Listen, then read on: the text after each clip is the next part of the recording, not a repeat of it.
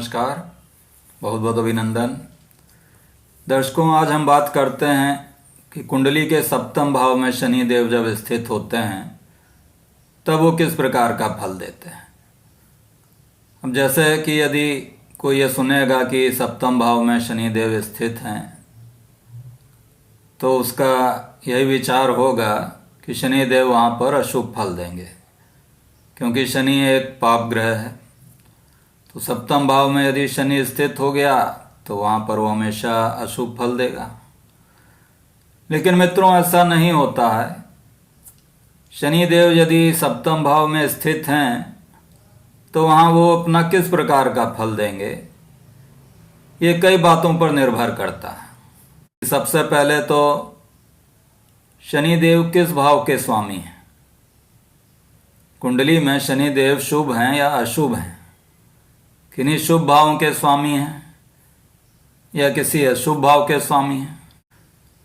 यदि त्रिकोण के स्वामी हुए या योग कारक हुए कि त्रिकोण के भी स्वामी हैं और साथ में केंद्र के भी स्वामी हैं, या किसी अशुभ भाव के स्वामी बनते हैं, जैसे कि छठे भाव के स्वामी हो गए या आठवें भाव के हो गए या 12वें भाव के स्वामी बन गए, तो ये देखना आवश्यक है कि शनिदेव किस भाव के स्वामी हैं। दूसरा, वो किस ग्रह के साथ बैठे हैं। ये भी बहुत ज़रूरी हो जाता है देखना कि शनिदेव किन ग्रहों के साथ बैठे हैं और किन ग्रहों के द्वारा देखे जा रहे हैं। अब शनिदेव यदि किसी शुभ ग्रह के द्वारा देखे जा रहे हैं तो वहाँ पर उनका फल शुभ होगा। जैसे यदि बृहस्पति के द्वारा शनिदेव देखे जा रहे हैं, शुक्र के द्वारा देखे जा रहे हैं, बुध के द्वारा देखे जा रहे हैं, तो वहाँ पर उनके फल में परिवर्तन आ जाएगा। और इसी के साथ यदि किसी अशुभ ग्रह के साथ बैठे हों या किसी पापी ग्रह के साथ बैठ जाएं तो वहाँ उनका फल दूसरा हो जाएगा। तो ये देखना आवश्यक है कि शनिदेव किन ग्रहों के साथ बैठे हैं और किस ग्रह के द्वारा देखे जा रहे हैं। तो पहला पॉइंट हो गया कि शनिदेव किन भावों के स्वामी हैं। दूसरा हो गया किस ग्रह के साथ बैठे हैं। तीसरा हो गया किन ग्रहों के द्वारा देखे जा रहे हैं। और चौथा पॉइंट है कि शनिदेव किस राशि में बैठे हैं।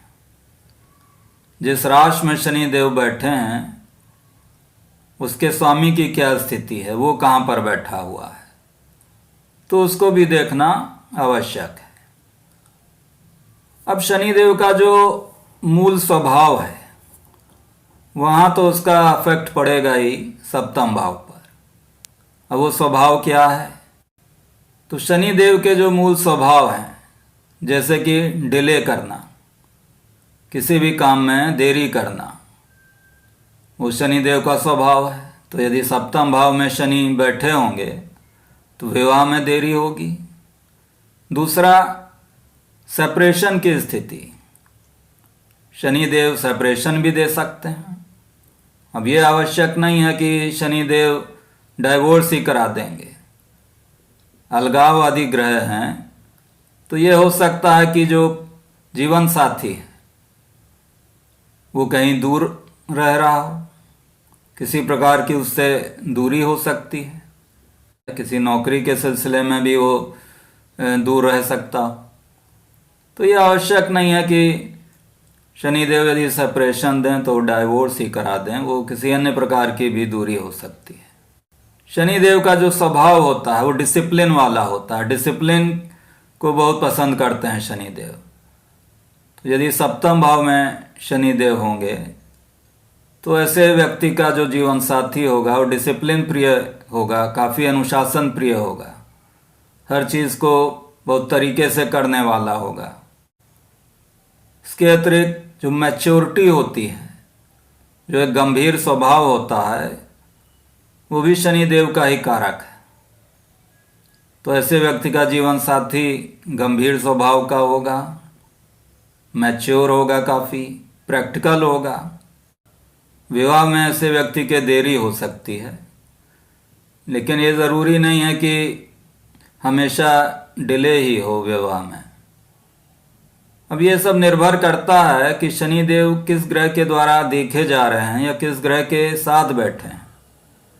यदि शनिदेव किसी शुभ ग्रह के द्वारा देखे जा रहे हैं, जैसे बृहस्पति के द्वारा, तो वहाँ पर शुभ प्रभाव मिलता है, विवाह जल्दी भी हो सकता है। लेकिन ज़्यादातर ये पाया जाता है कि यदि सप्तम में शनिदेव हैं तो विवाह में देरी होती है। किसी पाप ग्रह के साथ यदि शनिदेव बैठ जाएं तो वहाँ पर उनका फल अशुभ भी हो जाता है। जैसे मंगल के साथ यदि शनिदेव बैठ जाएं या राहु के साथ बैठ जाएं, चंद्रमा के साथ बैठ जाएं, सूर्य के साथ बैठ जाएं सप्तम भाव में, तो वहाँ संबंध विच्छेद भी हो सकता है।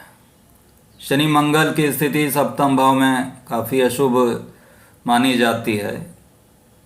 राहु के साथ यदि शनिदेव बैठ जाएं तो वहाँ भी संबंध विच्छेद की स्थिति बन जाती है। लेकिन वहाँ ये भी देखना पड़ेगा कि किस ग्रह की दृष्टि पड़ रही है। यदि किसी शुभ ग्रह की दृष्टि पड़ रही हो तो वहाँ पर जो दोष है वो काफ़ी कम हो जाता है। इसी के साथ यदि शनिदेव योग कारक होकर कुंडली में बैठे, जैसे कि तुला लग्न की कुंडली में शनिदेव योग कारक होते हैं, वृष लग्न की कुंडली में शनिदेव योग कारक होते हैं, या किसी त्रिकोण भाव के स्वामी, जैसे मिथुन लग्न की कुंडली में भी नवम भाव के स्वामी बनते हैं शनिदेव। नवम भाव में उनकी राशि कुंभ राशि होती है, जो कि मूल त्रिकोण राशि होती है शनिदेव की। तो मिथुन लग्न की कुंडली में भी शनिदेव योग कारक हो जाते हैं। तो ऐसी स्थिति में जब शनिदेव योग कारक बन रहे हैं और सप्तम भाव में स्थित हों तो वहाँ पर उनका फल अशुभ नहीं रहता, बल्कि वो शुभ फल देते हैं। जो शुभ फल होगा वो किस प्रकार का होगा, तो ऐसा होगा कि जो जीवन साथी होगा वो काफ़ी प्रैक्टिकल होगा, अनुशासन प्रिय होगा, केयरिंग नेचर का होगा, सपोर्ट करने वाला होगा। अब शनिदेव चूंकि एक रूखे किस्म के ग्रह हैं, रूखापन दिखाते हैं, तो ये नहीं कह सकते कि जिसकी कुंडली में शनिदेव सप्तम भाव में होंगे तो उसका जीवन साथी बहुत रोमांटिक किस्म का होगा। वहाँ पर वो कुछ सेपरेशन जरूर दिखाएंगे। ये नहीं कहा जा सकता कि ऐसे व्यक्ति का जीवन साथी अपने जो पार्टनर है उसका ख्याल नहीं रखेगा, उससे प्रेम नहीं करेगा, लेकिन जो उसका तरीका होगा वो दूसरा होगा, क्योंकि शनिदेव इंट्रोवर्ट स्वभाव को दिखाते हैं। व्यक्ति अपने आप में सीमित होगा, उसके इमोशंस हैं उनको व्यक्त नहीं कर पाएगा, लेकिन काफ़ी केयरिंग प्रकृति का होगा, ख्याल रखने वाला होगा। तो इस प्रकार दर्शकों, यदि शनिदेव सप्तम भाव में स्थित हैं तो ये नहीं कहा जा सकता कि सप्तम भाव में शनि हमेशा शुभ फल ही देते हैं। यदि शुभ ग्रहों के द्वारा देखे जा रहे हों, शुभ भावों के स्वामी हों, और जिस राशि में शनिदेव स्थित हों उस राशि का स्वामी भी यदि किसी शुभ भाव में बैठा हो, तब शनिदेव शुभ फल देते हैं।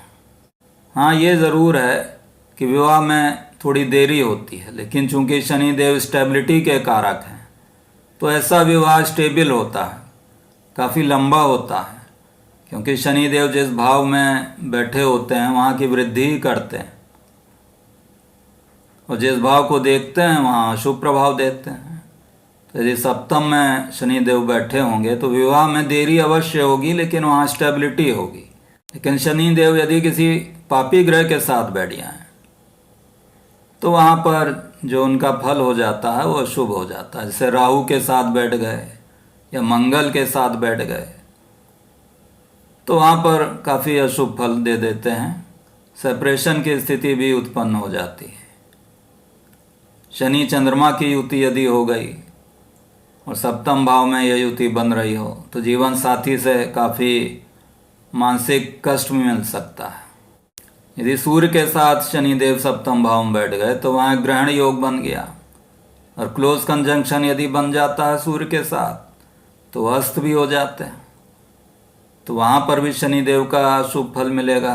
सप्तम भाव से संबंधित अलगाव की स्थिति बन सकती है, या जो हस्बैंड होगा वो केयरिंग नेचर का नहीं होगा, प्रताड़ित करने वाला हो सकता है। तो इस प्रकार ये सब निर्भर करता है कि शनिदेव किन ग्रहों के साथ बैठे हैं, किन ग्रहों के द्वारा देखे जा रहे हैं। या किसी अशुभ भाव के स्वामी बन गए शनिदेव तो वहाँ भी उनका फल अशुभ हो जाता है। जैसे कि इस कुंडली में ये वृष लग्न की कुंडली है, तो वृष लग्न की कुंडली में शनिदेव योग कारक हो जाते हैं। नवम भाव के स्वामी और दशम भाव के स्वामी बन जाते हैं तो योग कारक होते हैं। तो यहाँ पर शनिदेव बृहस्पति के द्वारा भी देखे जा रहे हैं, बृहस्पति की दृष्टि भी इन पर पड़ रही है, पंचम दृष्टि। और जिस राशि में बैठे हैं वृश्चिक राशि में, उसका स्वामी मंगल भी यहाँ एक त्रिकोण भाव में बैठा है, पंचम भाव में बैठा हुआ है। तो इस कुंडली में शनिदेव यहाँ अपना शुभ फल देंगे। तो इस प्रकार शनिदेव सप्तम भाव में यदि हैं तो किस प्रकार का फल देंगे पर निर्भर करता है कि शनिदेव किन भावों के स्वामी हैं, कौन से ग्रह उनको देख रहे हैं, किन ग्रहों के साथ शनिदेव बैठे हुए हैं, योग कारक हैं कि नहीं। और यदि शुभ ग्रहों के द्वारा देखे जाते हैं शनिदेव, शुभ स्थिति में होते हैं तो वो शुभ फल देते हैं। विवाह में देरी होती है लेकिन वहाँ स्टेबिलिटी होती है, जीवन साथी काफ़ी मैच्योर्ड होता है, उम्र में अंतर अवश्य होता है लेकिन मैच्योर जीवन साथी मिलेगा, केयरिंग नेचर का मिलेगा, डिसिप्लिन वाला होगा, अनुशासन प्रिय होगा। तो इस प्रकार दर्शकों, आशा है कि आपको मेरा वीडियो पसंद आया होगा और आप ये समझ गए होंगे कि शनिदेव यदि सप्तम भाव में स्थित हैं तो उनका फल किस प्रकार से मिलता है। तो यदि वीडियो पसंद आया तो कृपया लाइक करें, शेयर करें, सब्सक्राइब करें। धन्यवाद।